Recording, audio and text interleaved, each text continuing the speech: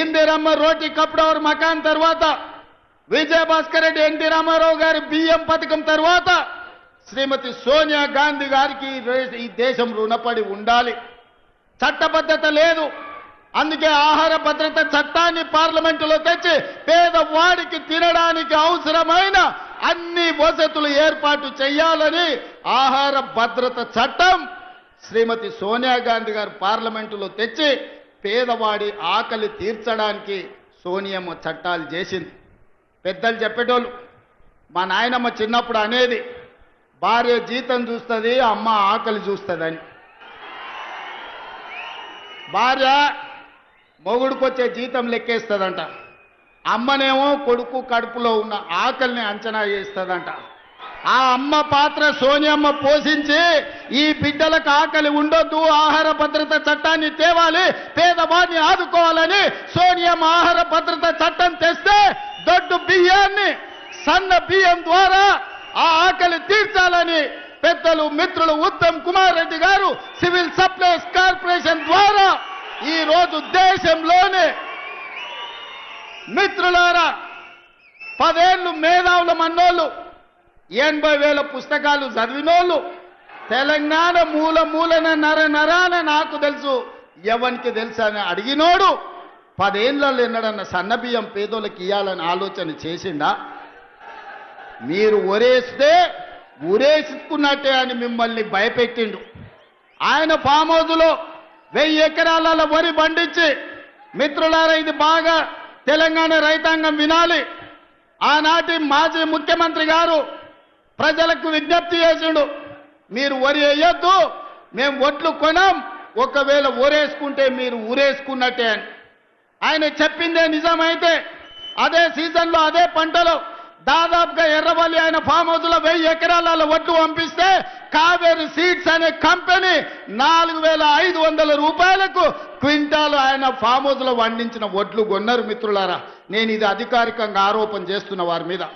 నేను అడుగుతున్న తెలంగాణ రైతాంగాన్ని, మనం పండించిన ఒట్లు 2,000 కొనేటోడు దిక్కు లేదు, రైతులు ఉరేసుకుంటుంటే ఒట్లు కొనక చంద్రశేఖరరావు గారు ఫామ్ హౌస్లో పండించిన ఒట్లు 4,500 రూపాయలకు క్వింటాల్ కొన్నారంటే అవి ఒట్లా లేకపోతే అందులో బంగారం పండుతుందా అని నేను అడుగుతున్నా. దొరగారి ఫామ్ హౌస్లో పండితే 4,500లకు అమ్ముకుంటాడు, మన దళితులు గిరిజనులు పండిస్తే వడ్లు కొనేటోడే లేడు. అందుకే నేను ఉత్తమ్ కుమార్ రెడ్డి గారు, బట్టి విక్రమార్క గారు ఆలోచన చేసినాం, చర్చించినాం. ఎంత ఖర్చైనా పర్వాలేదు, ఎన్ని కోట్లైనా పర్వాలేదు, పేదలు పండించిన ప్రతి చివరి గింజ వరకు ప్రభుత్వమే కొంటుంది. సన్న ఒట్లు పండిస్తే 500 బోనస్ ఇస్తామని చెప్పి నిర్ణయించి ఇవాళ 500 రూపాయల బోనస్ ఇస్తున్నాం. నల్గొండ వాళ్ళు తెలివైన వాళ్ళు, చైతన్యం ఉన్నోళ్ళు ఏదైనా అడ్వాన్స్గా అందిపుచ్చుకుంటారు. అందుకే 12 లక్షల వరి పండిస్తే మీ వాళ్ళే 8 లక్షలు ఇవాళ సన్న ఒట్లు పండిస్తూ రాష్ట్రంలోనే అత్యధికంగా సన్న ఒట్లు పండించేది నల్గొండ జిల్లా. ఇవాళ అత్యధికంగా రుణమాఫీ జరిగినా, అత్యధికంగా సన్న ఓట్లకు బోనస్ వచ్చినా అది నల్గొండ జిల్లాకే అత్యధికంగా వచ్చింది. అది మీ చైతన్యానికి, మీ పట్టుదలకు మారు పేరు.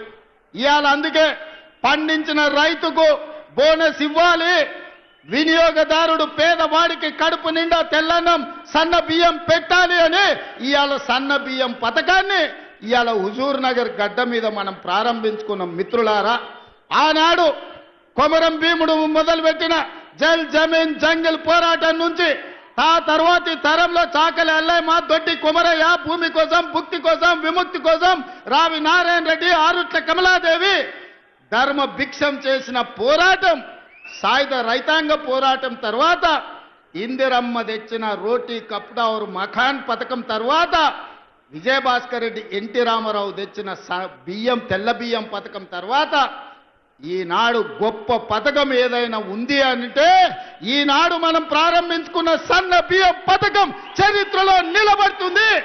ఆ చరిత్రకు హుజూర్ నగర్ వేదిక కావడం తెలంగాణ ప్రజల యొక్క అదృష్టం అని చెప్పి ఈనాడు నేను చెప్పదలుచుకున్న. మిత్రులారా, ఇది ఆషామాషి పథకం కాదు.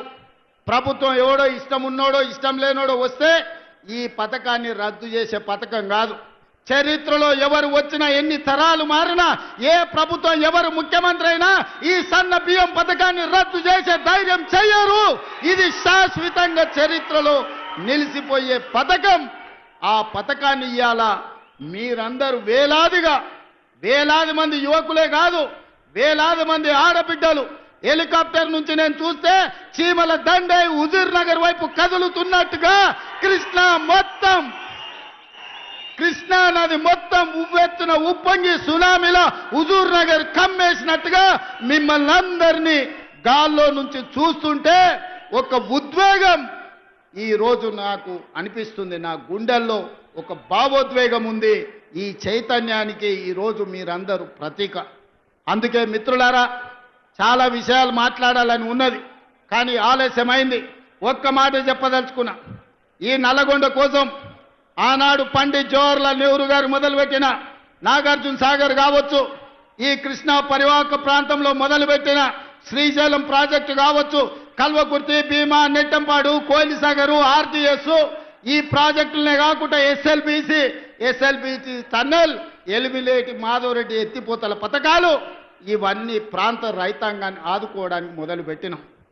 తెలంగాణ వచ్చినప్పటి నుంచి 10 ఏళ్లు ముఖ్యమంత్రిగా ఉన్న చంద్రశేఖరరావు గారు ఎస్ఎల్బిసి టన్నెల్ను 10 కిలోమీటర్లు ఆర్తా పార్తా సంవత్సరానికి 1 కిలోమీటర్ పూర్తి చేసిన ఎస్ఎల్బిసి టన్నెల్ పూర్తయి 3,60,000 ఎకరాలు నల్గొండ జిల్లాకు నీళ్లు వస్తుండే మీ మీద కక్ష గట్టి, మీ మీద పగబట్టి ఎస్ఎల్బిసి టన్నెల్ను పడావు పెట్టే మళ్ళీ ఈ రోజు మనం వచ్చినాక ప్రారంభించుకున్నాం. ఆనాడే ఎస్ఎల్బిసి టన్నెల్ ఆషమాషిగా రాలే. కోమటిరెడ్డి వెంకటరెడ్డి గారు, జానారెడ్డి గారు, రాజశేఖర రెడ్డి గారితో కొట్లాడి మాకు నీళ్లు కావాలి, కృష్ణానది జలాలు మాకు రావాలి అని చెప్పి ఎస్ఎల్బిసి టన్నెల్ను ఆనాడు 2005-6లో ప్రారంభించుకున్నారు.